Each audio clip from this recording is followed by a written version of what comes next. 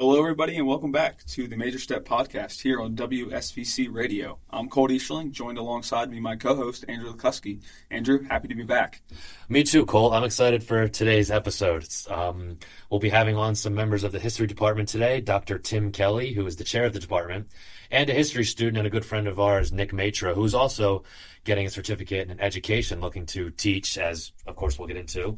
But I'm super excited because I've taken some history classes through the core, which we'll get into a little bit, but also for a politics major, there's some history involved in that too. So I'm kind of geeking out a little bit about this episode. Yeah, most of my history experience so far has been through the core curriculum, but needless to say, I really enjoyed my time and being educated on history here at Saint Vincent. It's really taught me a lot that I didn't already know in high school. So very helpful classes here.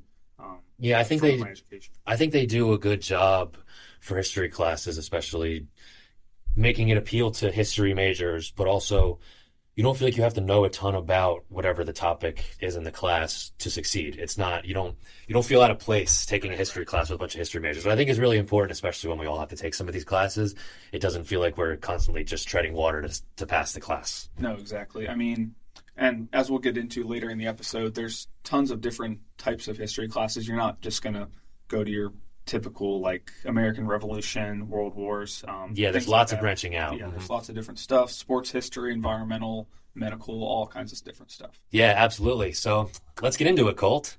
Now we're here with Dr. Tim Kelly, who is the chair of the History Department here at Saint Vincent College, which is also a part of the Arts, Humanities, and Social Sciences School.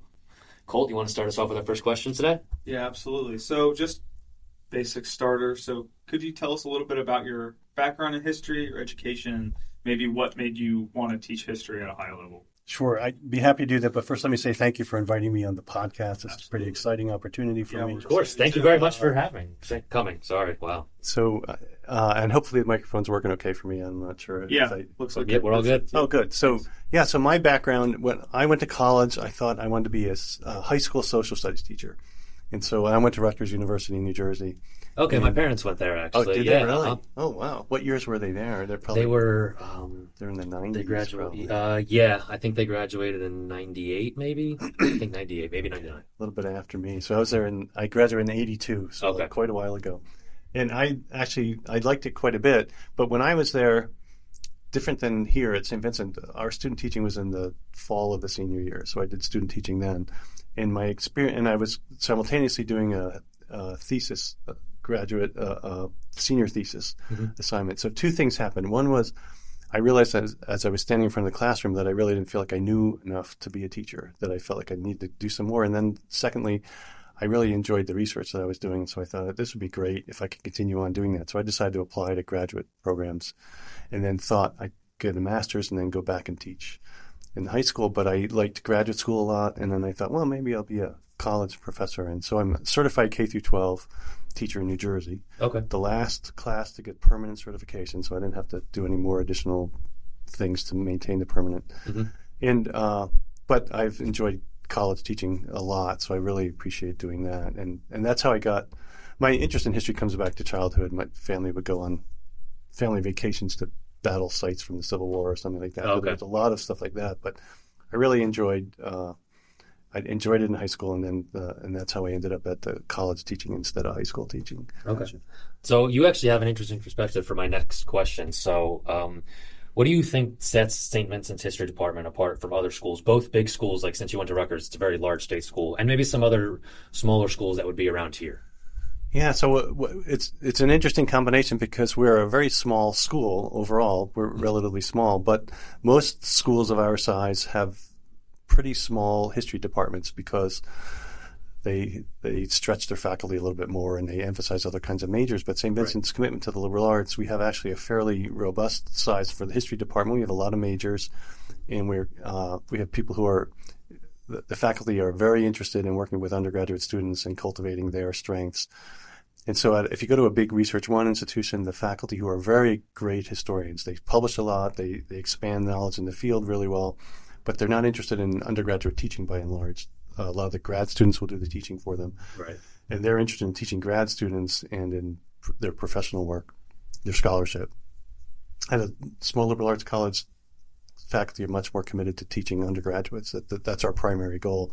But at St. Vincent, we have this we have this wonderful combination of very accomplished professional scholars who are primarily interested in undergraduate students. And so it's an unusual combination that we have here. Yeah, but that's fantastic. That provides, I think, the students with, like you said, the best of both worlds. Like, that gives them everything that they need. It gives them a super knowledgeable, well-known professor who's also, like you said, like committing to them. They want them to do the best that they can. Yeah, that's definitely the commitment in the department, and I think most departments at the college. But for sure, that's our commitment. It's primarily students, number one. Yeah, I definitely agree. I mean, definitely makes the professor-student engagement more personal, I'd say, as well. So do you have a favorite class to teach or subject to teach? I teach a variety of classes, and I like them all quite a bit. Do I have a favorite one? I don't think I would say in terms of subject area that this is my favorite. I teach a class in sport history. I teach a class in environmental history. I teach a class in peace and justice studies. I teach a class, the regular U.S. class. I teach about 4 or 5 other Native American. I teach cultural history. I teach economic history. So I have a whole variety of classes. Yeah, you kind of got everything covered. Yeah. But what happens is sometimes there's a dynamic within a classroom, and that it's a mix of personalities that really sets a class apart. And that, for me, that's an extraordinary thing. I could have 2 sections of the same class. One could be relatively mild and quiet, and the other one could be really dynamic. And it really depends on student engagement, which is, I think, wonderful.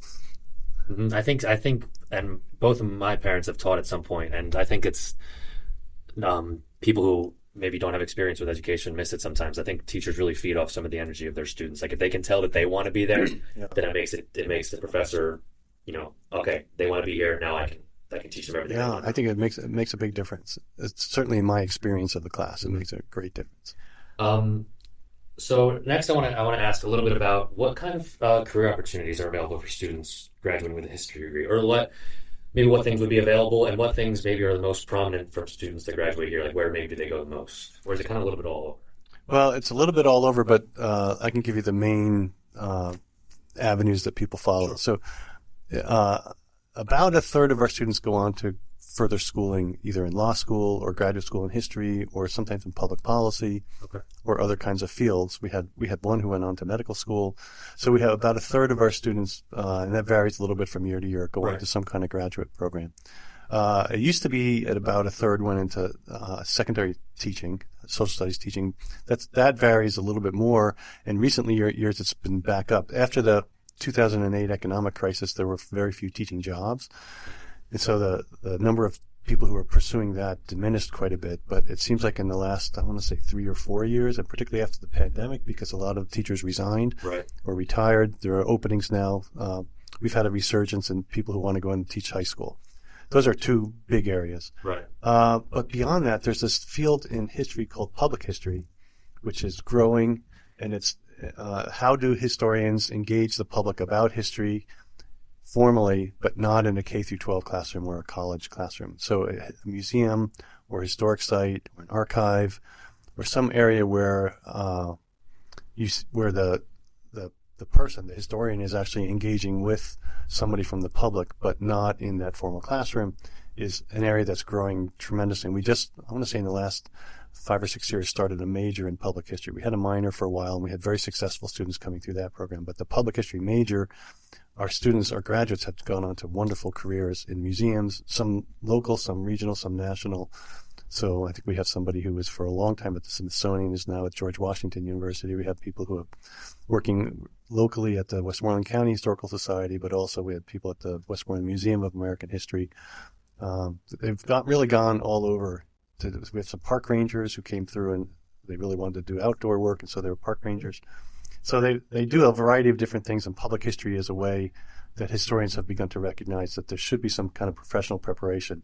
So you don't want to just take a history major and say you're going to be now, the director of a historic site. There are some things that directors ought to know, or that historians at those sites ought to know how to do, and public history is a place where they do that. Right. Okay. So you guys got people everywhere. Then that's a pretty successful department, if you ask me. Yeah. It's wonderful. And of course we have lawyers, and we have other people who go into business and things like that. So we do have a variety of people in different places. Yeah. Some of those jobs I wouldn't have imagined that would have came from a history major, like park rangers and that would not have been on the top of the list. Yeah. It's very good. And going along with your comments about public history, what do you think some of the bigger challenges are that historians face today? That historians, well, there's some cultural and political challenges that are unique to our moment in time. So that's really big, and that is whether you're in a classroom in K through 12 or at a college, or if you're doing some kind of public history, a lot of the things that historians are trained to be truthful and to seek the understanding without bars. And right now we're seeing the debates, the public debates about what's appropriate for somebody to know. So there's not a debate about what's truthful, but is it okay for a student to learn that, or will it make a student feel bad? So the high school curriculum has come under a lot of fire. The libraries are being purged of books. And even in the college curriculum, we're seeing now a lot of pressure, particularly at state universities, to try and conform to a certain view of the world, to not challenge or not to teach certain things. So part of it is a political, cultural thing. Right. And at this moment in time, it's, I've been a professional historian for over 30 years, and this is the most intense I've ever seen that. So that's one thing.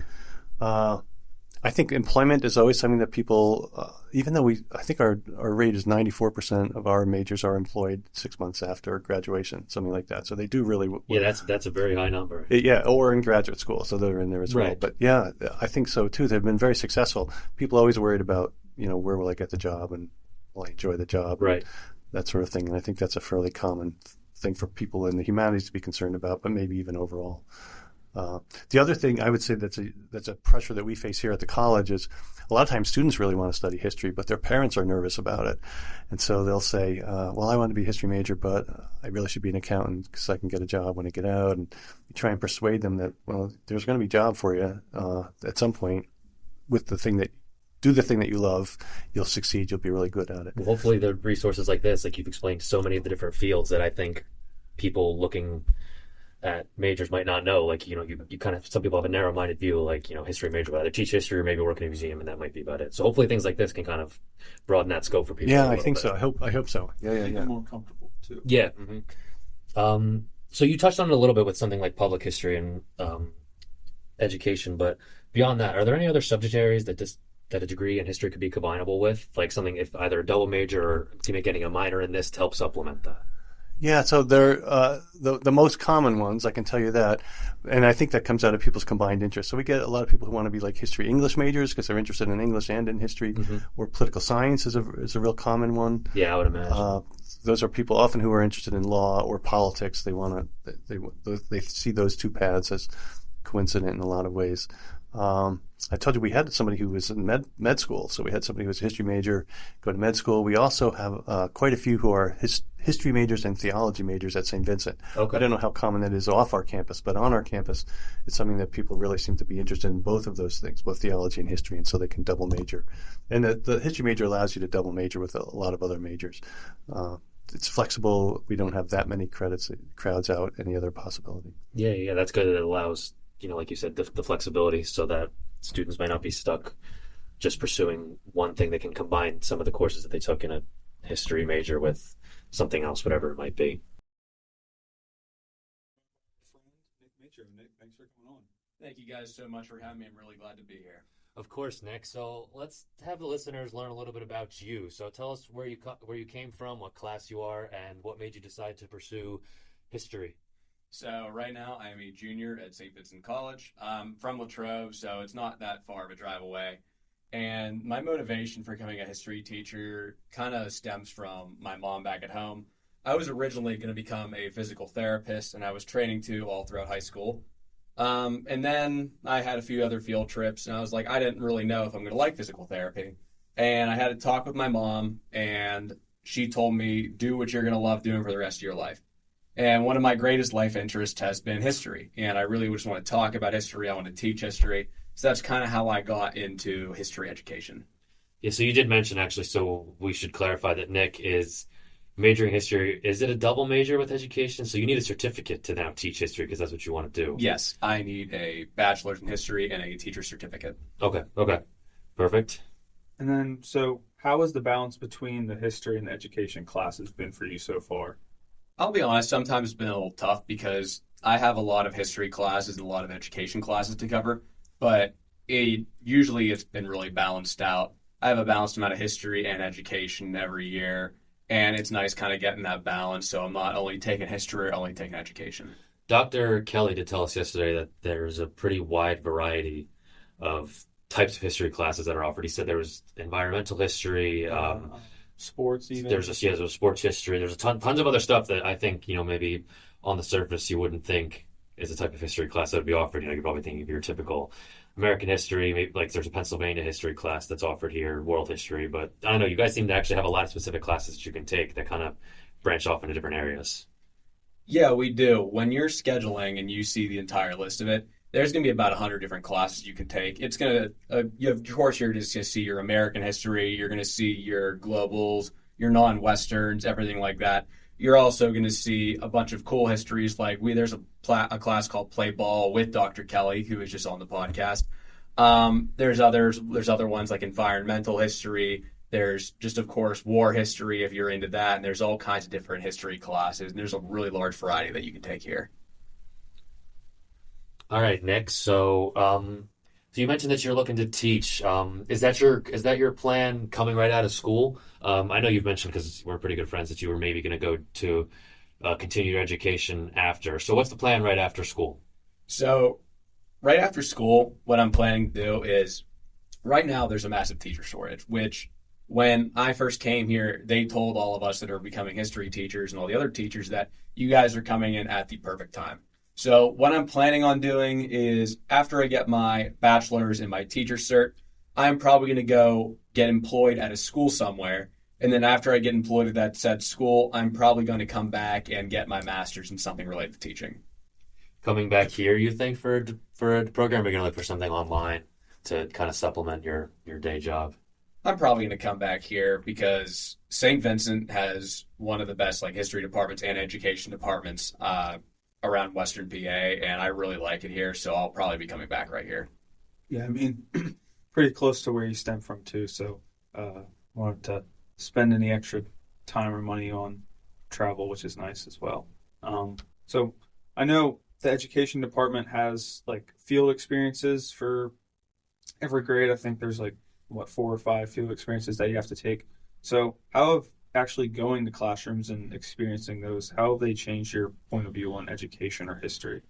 So that's a good question. One of the biggest takeaways I have is, during high school, there's a bunch of kids that'll sit there and they'll act like high school taught them nothing, or they don't like high school because they don't like learning. But a lot of my field experience classes, it took me to a lot of these different schools, and some not as fortunate as others, and some in not good demographic areas. And it kind of makes me feel like I should have been more grateful for the district I was able to go to and for the way that they propelled me to become what I am today. So it kind of perspective is nice for sure, yeah. It kind of just sheds some more light on the fact that I was lucky to grow up where I was able to grow up, and I'm lucky to go here right now. Thank you for that, Nick. So sticking with where you go to school, what would you want some incoming students to know about the department? For those who might not be sure if they want to do history or not. There's some that you might think that the course loads might be too hard, or they might not have the opportunities. So this is feel free to answer however you want. You don't need to just talk about all the positives, because of course there's going to be negatives with anything. So please, anything that comes to mind. Sometimes history is tough, but everything's going to be tough when you come into college. It's a bit harder than high school. But one of the best things about the history department is the professors you're able to meet. So one of the reasons I chose this college over others for history is because you're going to get to meet your professors on a personal level, and you're going to be able to learn from them, and you're going to be able to talk to them. And it's going to be really nice because I have grown some really good relationships with a lot of my professors, just like Dr. Kelly you guys had on here. It's nice to be able to talk to them, to be able to go to someone when you guys need something. Again, and there's so many branches of history you can learn about or you can teach about. You're not just limited to teaching about American history or ancient history or anything like that. You're able to teach about almost whatever you want to teach about. And you have so much freedom in the history department to do whatever you want. No, that's good. Is there, for the degree of actual history, is it a degree in history? Is that the only option, or are there other ways that you can go with that? Is there like a specific history degree that you can get, or not so much? There are specific degrees in history. I'm just going for normal history because that's really all you need to be a history teacher when you come out. Mm-hmm. You can get a degree in environmental history. You can get a degree in public history. There's a lot of different degrees you can get. The most standard one being the regular historical one, which is what I'm going for. But there are multiple different options you can graduate from here. So you've talked a little bit about some of the courses, but what are some of your favorite ones so far, if you can identify a few just for us? There's been a lot of classes that I like. There have been some that aren't my favorites, but some of them that I will say have been my favorites were, I did like Contemporary Europe 1 and 2. Those are two really cool classes because I like to focus on American history and European history, everything like that. I liked PA history right now because it's teaching me stuff I didn't even know about the state I was in. And even though I am not the biggest fan of writing, being in like this historian's profession and historical writing class really helps me to become a much better writer and understand history a lot more than I was able to, because without that, I would not be like where I am today. Yeah, I also enjoyed my Contemporary Europe class. I took it as a core class, and all students at Saint Vincent have to complete a certain amount of classes for their core curriculum, and that was a part of mine. We should do an episode on that to clarify that, because it is somewhat of a complex system when you're coming in. But it seems to be changing quite a bit, but I think they finally narrowed it down to what they want it to be. Mm-hmm. But yeah, Contemporary Europe was a great class. I really enjoyed the professor. It taught me a lot that I thought I didn't know. Yeah. So switching to education just for a minute, Nick, what would you want some students coming in looking at education to know about the department here, and what kind of placement they can give you for field hours, and then also what kind of connections they might have post-grad if you want to teach somewhere? So I have a few things to talk about. Number one is just like with the history department, you are able to meet all these educational professors, and they're going to be the ones that help you throughout your entire educational career. One of the teachers at Latrobe, also at the Saint Vincent, said that those ladies in the education department, they might be tough, but they're going to get you through a lot. And I mean, they sure have, like Dr. Turkovich and Dr. McNelly, two of the people that have really elevated my love for teaching. You have so many field opportunities here. Our field director, Ms. Michaela McMullen, she'd be glad to help anyone with that. She'll set you up at any different school. And one more thing I'd like to talk about that's probably one of my favorite things I've done here is the Step Up program. So yours, most likely your second semester or first semester in sophomore year, what you're going to be doing is you are going to have a class of homeschool children come into the school, and you're going to be able to teach your own class for 10 weeks, however you want it. And that really put a lasting impact on me because it's the first time I've ever had a classroom to myself. And it really got me prepared for teaching at high schools, which I'm going to be doing soon. I just taught at Latrobe for one of my field classes. And when I end up student teaching, I'm going to feel a lot more comfortable now because they were able to prepare me for that very substantially. Yeah, you're not flying blind. That's good. I think a lot of departments could benefit from putting some more students in a little bit more field work like that. So that, you could put that on a resume, and during interviews and stuff, you can talk a little bit about something like that. Most definitely. Field is also good, or the Step Up program is also good because it's not just limited to one semester, one year for students. Mm-hmm. You can kind of go through it at least 3 times and teach the same class or different classes, which is awesome. And yeah, another thing with that is that even if you do finish field, there's still opportunities for you to get field hours.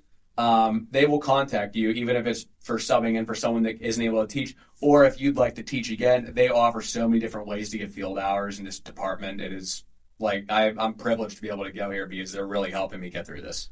Well, that's fantastic, Nick. We really appreciate your time. We know you're a busy guy taking all your classes and claiming that you have so much homework to do that you can never hang out with us, but that's fine. So again, thank you very much for your time and sharing with incoming students what our history and a little bit about our education department's like. We really appreciate it. And thank you guys for having me on. I was really happy to talk about this because it would be awesome to see more people in this department. Thanks for your time. And that is going to conclude episode number 2 of the Major Step podcast here on WSVC Radio. We would like to thank both Dr. Tim Kelly and Nick Matro for their time today. We greatly appreciate it. Colt, what did you think of the episode? It was great, and yeah, thanks to both of them. It was really greatly appreciated from both of us, and I'm sure incoming students as well. Great episode overall. a lot of intricate details about the history and education department that I would have never known without talking to these two gentlemen. It was a really good time. Yeah, absolutely. I would agree. I think especially Dr. Kelly made a few points about some people maybe not necessarily knowing all the different career options with a history degree.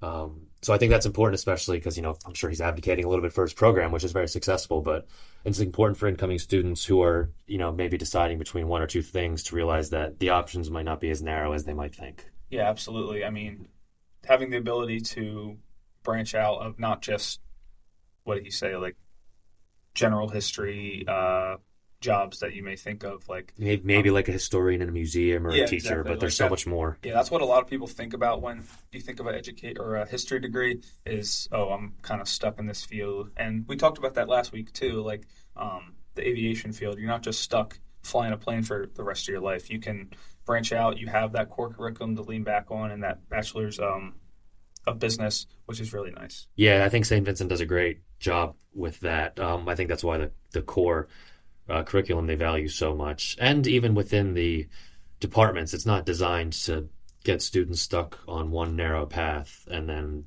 that's it. It's still, obviously history is a specific field, but there's so much within that you can do, like both of these gentlemen mentioned today. So I definitely think it was a great resource, and hopefully it helps some people out. Yeah, absolutely. If you're listening, please reach out to us or either of the two guys that we had on to here. I'm sure they'd be happy to field your questions. Yeah, they definitely would. All right. So that will conclude episode 2. Tune back in next time for the next episode of the Major Step Podcast here on WSVC Radio. For my co-host, Colt Easterling, I'm Andrew Lucuski saying see you next time. Hey there, listeners. I'm Matt Boyer, station manager of WSVC Radio. If you like what you're listening to, don't forget to hit the like, subscribe, and hit that bell button to be notified with all of our newest updates. Every day, one of our shows is releasing a new episode. Stick around and stay tuned.